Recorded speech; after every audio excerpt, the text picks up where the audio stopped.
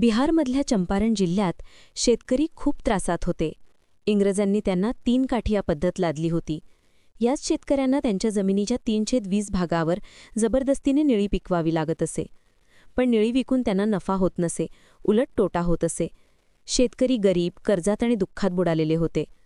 हे पाहून काही शेतकरी म्हणाले, गांधीजींना बोलावूया, ते नक्की काहीतरी करतील. 1917 मध्ये गांधीजी चंपारणला आले. त्यांनी शेतकऱ्यांच्या तक्रारी ऐकल्या. सरकारला ते म्हणाले, ही पद्धत चुकीची आहे, चौकशी झाली पाहिजे. पण सरकारला हे पटले नाही. त्यांनी गांधीजींना धमकी दिली, तुम्ही चंपारण सोडा. गांधीजी ठामपणे म्हणाले, लोकांवर अन्याय होत असताना मी इथून जाणार नाही.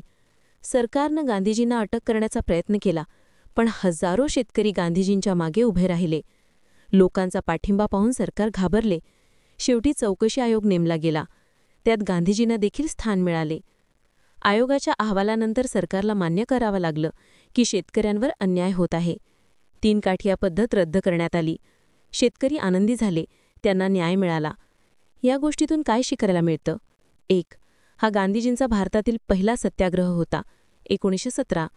2. अहिंसा आणि सत्य या मार्गाने मोठा अन्यायही थांबवता येतो. 3. शेतकऱ्यांना हक्कांची जाणीव झाली. 4. स्वातंत्र्य लढ्याला नवी दिशा मिळाली. थोडक्यात गोष्ट, गांधीजींनी शेतकऱ्यांसाठी केलेला पहिला मोठा लढा म्हणजेच चंपारण सत्याग्रह आणि त्यातूनच भारताच्या स्वातंत्र्य लढ्याची खरी सुरुवात झाली.